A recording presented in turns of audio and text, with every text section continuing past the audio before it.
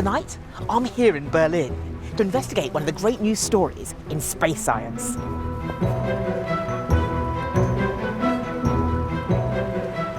It takes place a few kilometres from the cosmopolitan, bustling heart of Germany's capital.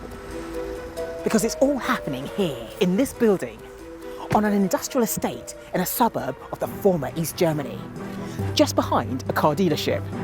Because this is the unlikely location for the next lunar mission. Tonight, we return to the moon.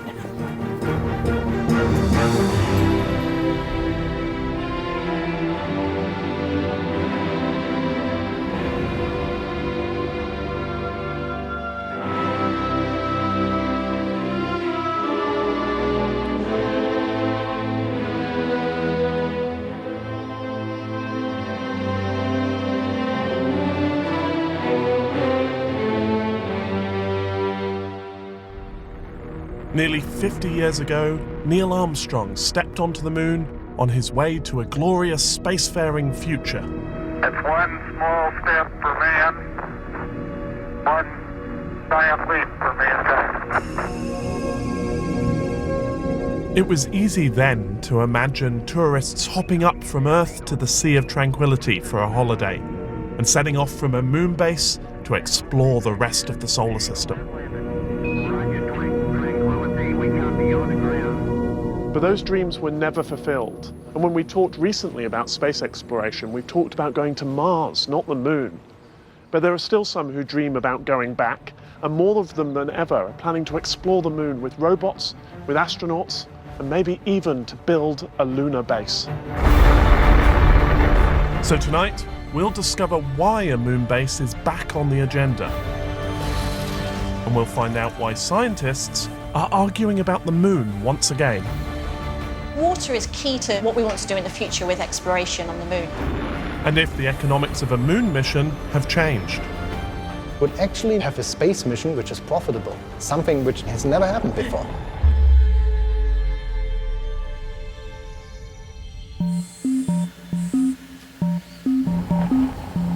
Our story starts in Berlin. In late 2018, this space rover should be slowly making its way across the surface of the moon.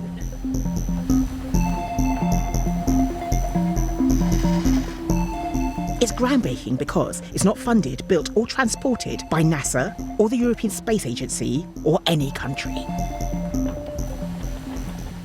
In fact, this spacecraft will be designed, manufactured and flown to the moon by totally private companies. It's a new breed of pioneer, aiming to commercialise space travel and get to the moon in the next few years.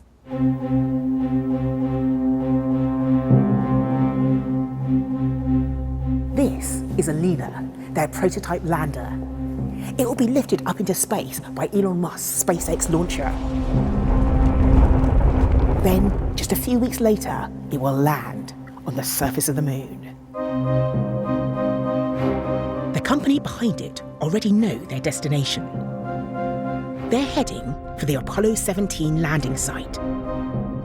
More specifically, they want to find the rover that was left behind on the moon's surface at the end of the mission, almost 50 years ago. But they're not doing this for fun.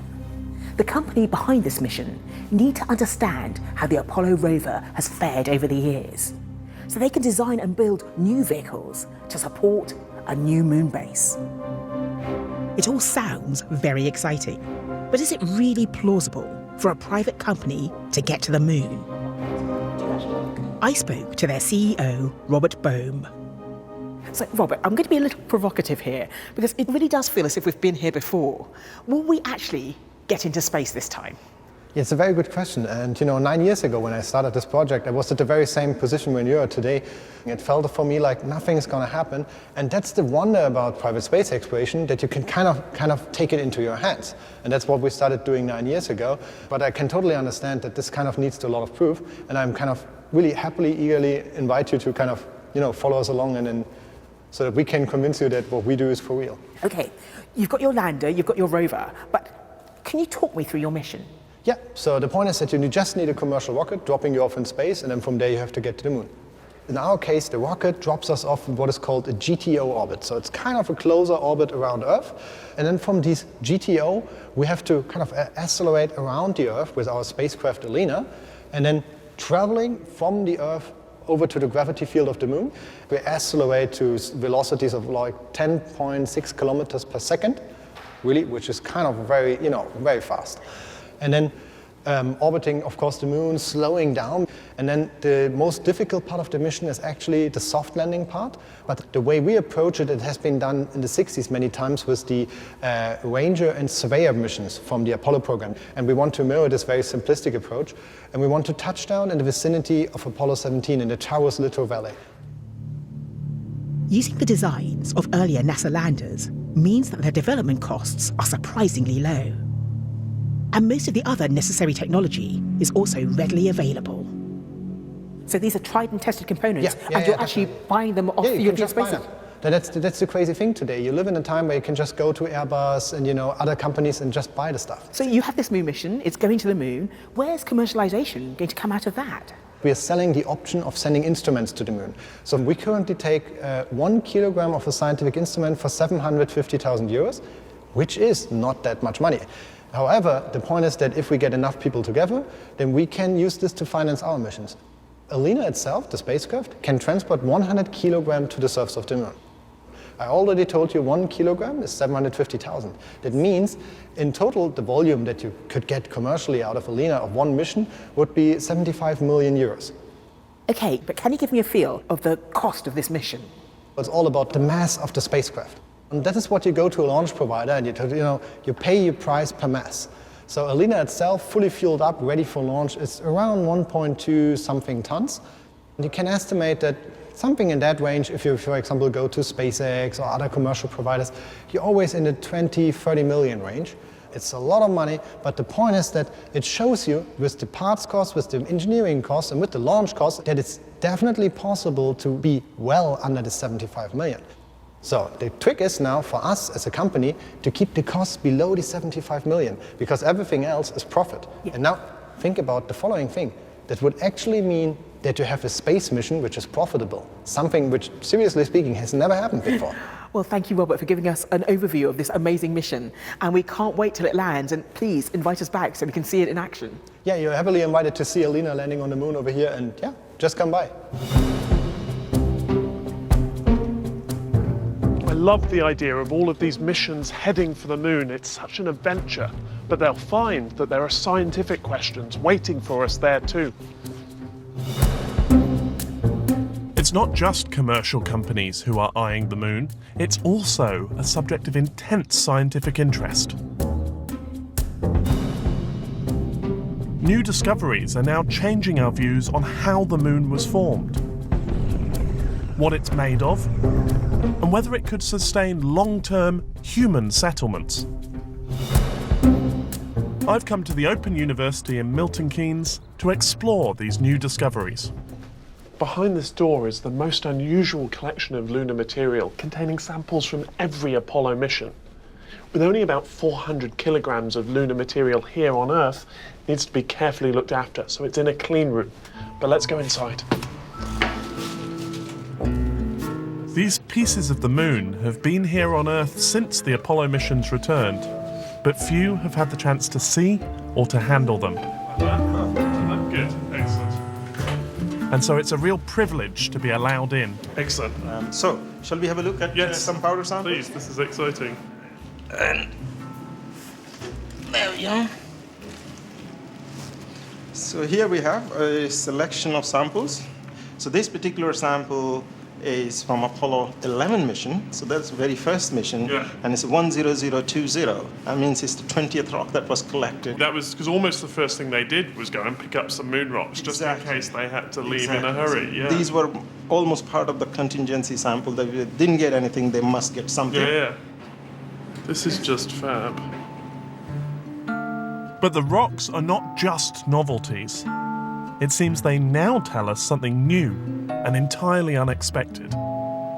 This is moon rock brought back to Earth by the astronauts and ground into a fine powder so that it can be studied. And as I turn this, it sticks to the side of the container, because of an electrostatic effect. And that happens because the sample's very dry, what people call bone dry.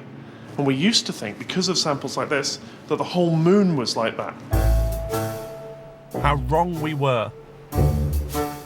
I met up with moon specialist Katie Joy at the University of Manchester to see what the lunar rocks are now revealing and how that's changing our whole approach to the moon. So the Apollo missions were wonderful and they brought back lots of rocks for us to sample, but what did they tell us? So we've had the samples in our laboratories for 45 odd years now, since the first mission went to the moon in 1969.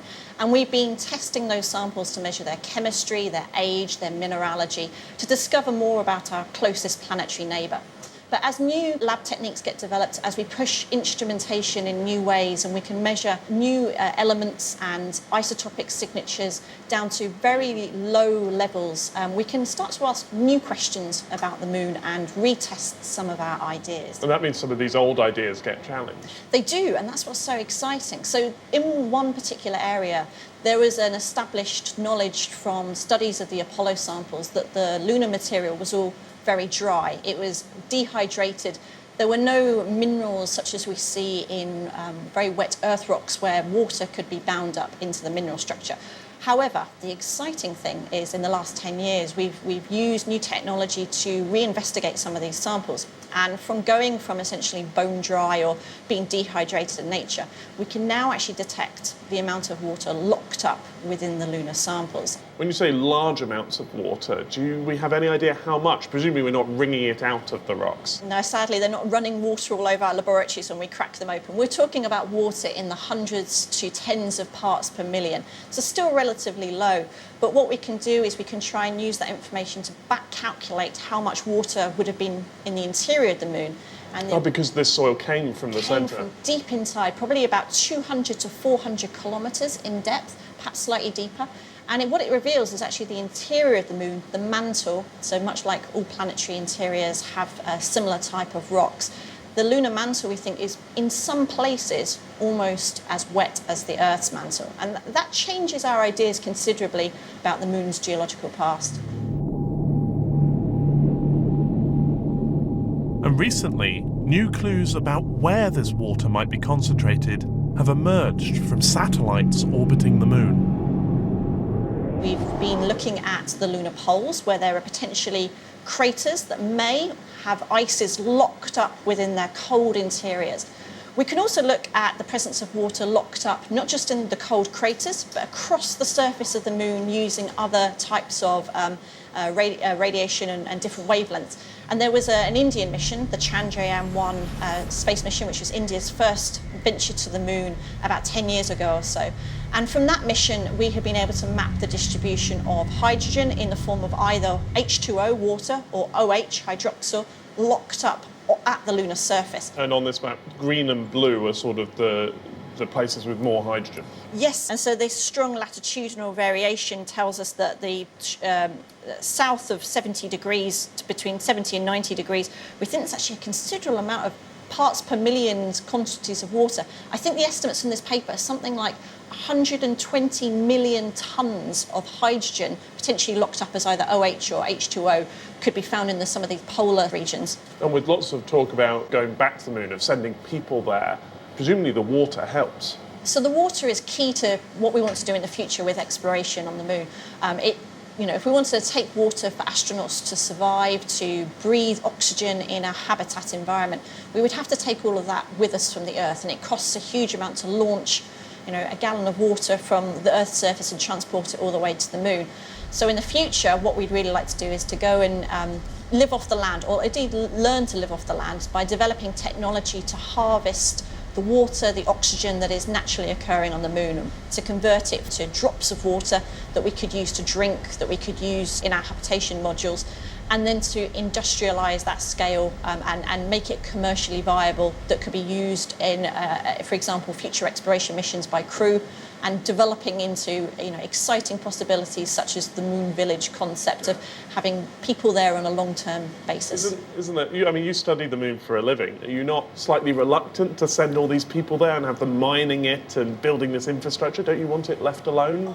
Yeah, but we could say that about geology on the Earth, right? And yet we've learned by mining operations on Earth, by road cuts on Earth, we're actually revealing new things about the Earth's geology that we would never have otherwise learned. And so I guess you have to view it philosophically. There is plenty of good science we could be doing on the moon by having human beings there. And so we have to balance that against how we keep those human beings alive and to keep them in a sustained environment. Well, I'm looking forward to finding out what you see when you get there. Thank you very much.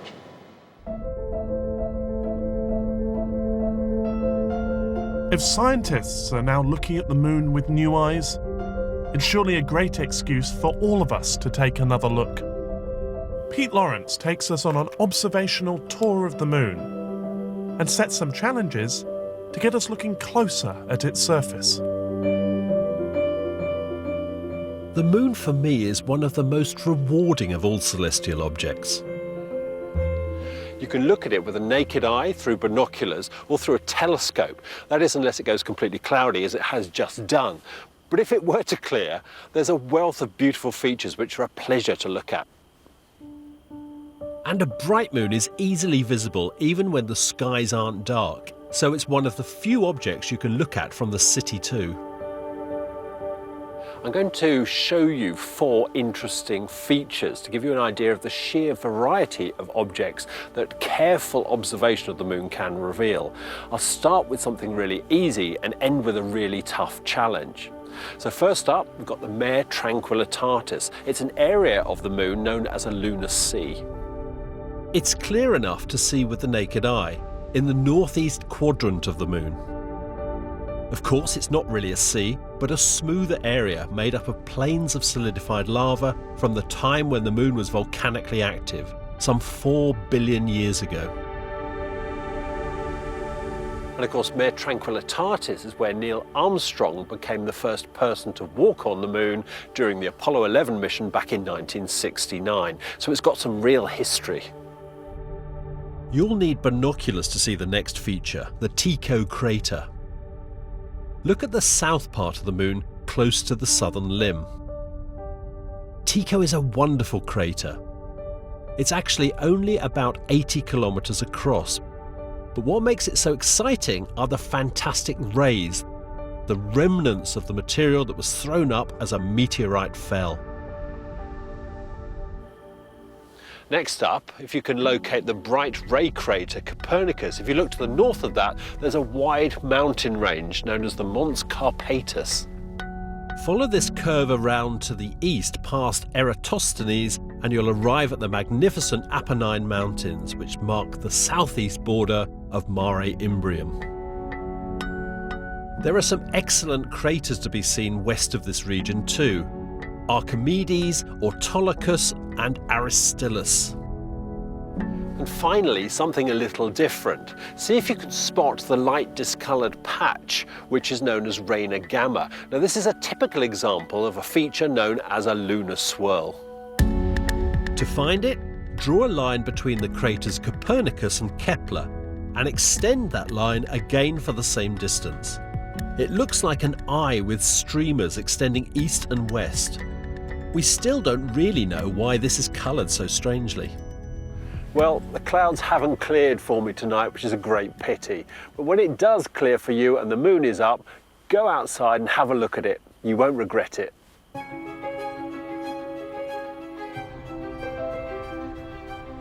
We've already seen how our understanding of water on the moon has been transformed by new experiments. But the story doesn't end there. The more we look at these fabulous rocks, the more we discover. We thought we knew how the moon formed. Some 4.5 billion years ago, a large planetary body collided with the Earth, and the moon formed out of the debris. If this theory is correct, then the moon should mainly be made up of matter from the body known as the impactor, with not much material from the Earth. If this theory is true, the Earth and the moon should have a very different geological character. And that's what we thought for almost 50 years, until the rocks started to tell a different story. Here at the OU, Richard Greenwood uses incredibly sensitive equipment to analyse moon rocks. He measures the ratios of different isotopes, different forms of oxygen, providing a unique picture of these lunar samples. These kind of experiments have led to a surprising conclusion: that the moon rocks and the Earth were not different. They actually came from the same source. So the critical result we know is that the isotopes of oxygen are in the same ratio on the moon as they are on the Earth. But what does that result mean? Well, it's a lovely result because the standard model, the standard giant impact model, had certain predictions. And one of the things that was predicted was that the moon would be formed from about 70% of the material from the impactor. From the thing that hit the Earth. Exactly. So it should be very different from the Earth. And in fact, it's identical. And so that was a really serious problem for this original model. So the moon and the Earth are made of the same stuff. We need to get the moon from somewhere. So what's the solution? Is it still an impact? Well, one of the ways of solving it really is a much more energetic collision. So we know that the Earth and the moon are extremely similar. And the only way to do that is mixing. And you get mixing by a much higher, much more energetic, more direct impact. You're saying it quite subtly, but really you hit it so hard that everything vaporizes. Exactly. The temperatures involved are absolutely incredible. You have total mixing between the material that was coming in and the material that was there, the proto-Earth, and this impacting body. And so any isotopic differences, any chemical difference would be completely lost. So in general terms, how's this discovery changed the way we think about the moon? What have we found out? Well, it's really interesting because obviously the moon is one of the solar system bodies of which we have the most information. We have samples that were collected by the Apollo. We even have meteorites from the moon. And yet here we are, we're still not absolutely sure how it formed. We're still actively investigating it, and we're finding new things about it all the time. So although it's very familiar to us, in some ways it's very exciting because new discoveries are just around the corner.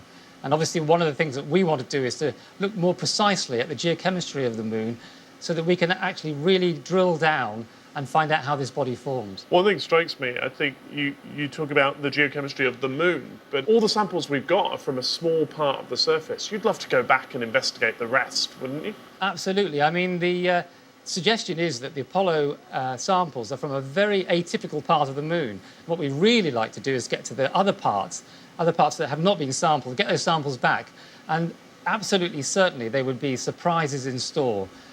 The samples that we've got are fantastic, but more samples will certainly change the way we view the origin of the moon.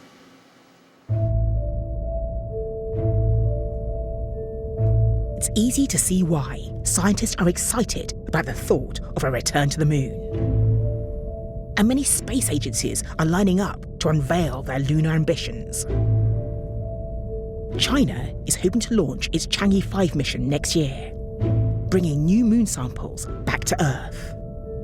And as well as the German company we met earlier, Elon Musk's SpaceX are champing at the bit. It's 2017. I mean, we should have a lunar base by now. What the hell's going on? But one of the strongest statements of intent is coming from the European Space Agency. They are optimistically suggesting that in the foreseeable future, we could see a working moon base. To find out more, I talked to their director of human spaceflight, David Parker. So David, I want to talk to you about ESA's future plans for the moon and possibly a moon base. Yeah, so, the moon is a fascinating destination for exploration, and the moon is not so far away. It's only a few days away from planet Earth. So particularly for human exploration, it makes sense as a destination to go back to.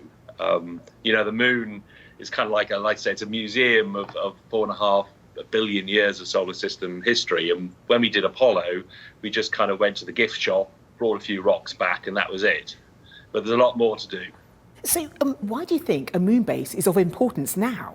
In space exploration, 90% of the cost is about transportation, getting off the Earth, going out there. If we can use some of the materials that are on the moon to help us go further onwards to Mars, that could be a real trick to improve our exploration. And then it's a great place to look back at planet Earth, to look at the solar system as a whole. And even further out, we can think about a radio telescope on the far side of the moon, protected from all the interference from our noisy Earth. And that could do some really great work looking back into the early universe. So science on the moon, from the moon, of the moon, there's all sorts of possibilities. The fact that water has been found on the moon, does that mark a great significance? Yeah, I think it does. I mean, water is a resource to support astronauts, and you could potentially convert it to hydrogen and oxygen to power rockets. So it's usable material, as long with and if we want to build a moon base, we also want to use the material of the moon. And that's all kind of research we're doing at ESA right now. So with this vision of a sort of moon base or moon village, what role do you see commercial companies playing in this?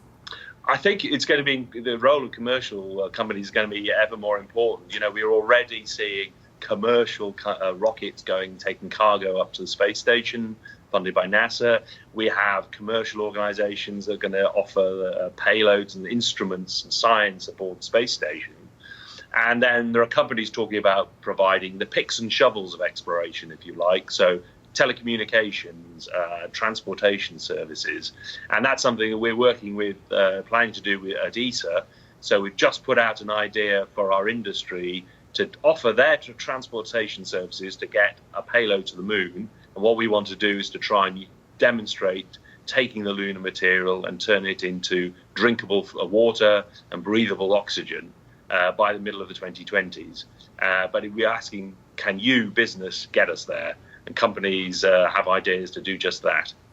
I do have to ask the question, which is a bit of the elephant in the room, but how much is all this going to cost? Well, yeah, great question. And the answer is a very simple one. Back in the days of Apollo, the American government was spending 4% of all of the federal budgets on space exploration. NASA today has 0.5% of the federal budget. So we're never going to have the kind of government money we had back in those days. So it does happen more slowly. But also it means the whole world has to contribute. So everybody's going to make a contribution to get us there. It's not going to happen tomorrow. It's not going to happen in the next 5 years. But it feels like the right time to take the next step, to go deeper into space with humans, because there's so much to do and learn. And I think a global project, something that brings the world together, I think is something we definitely need right now. Well, I can't argue with that. That sounds like a worthy cause. Great. I'm glad you agree. Let's do it. So, what are the chances of a moon base within the next 20 years? If it's going to happen, it will certainly have to be a collaboration between many space agencies and private companies too. But it still feels like a long way off. Maybe not in the next 10 or 20 years, but hopefully within my lifetime.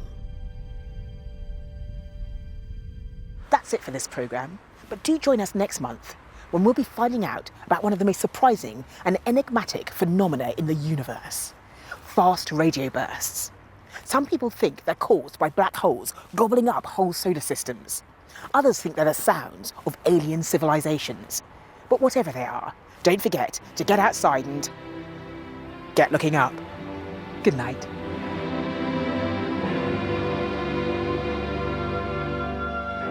Stay with us. Professor Stephen Hawking and a team of experts assess the possibility of humans inhabiting other planets. The search for a new Earth next on BBC4.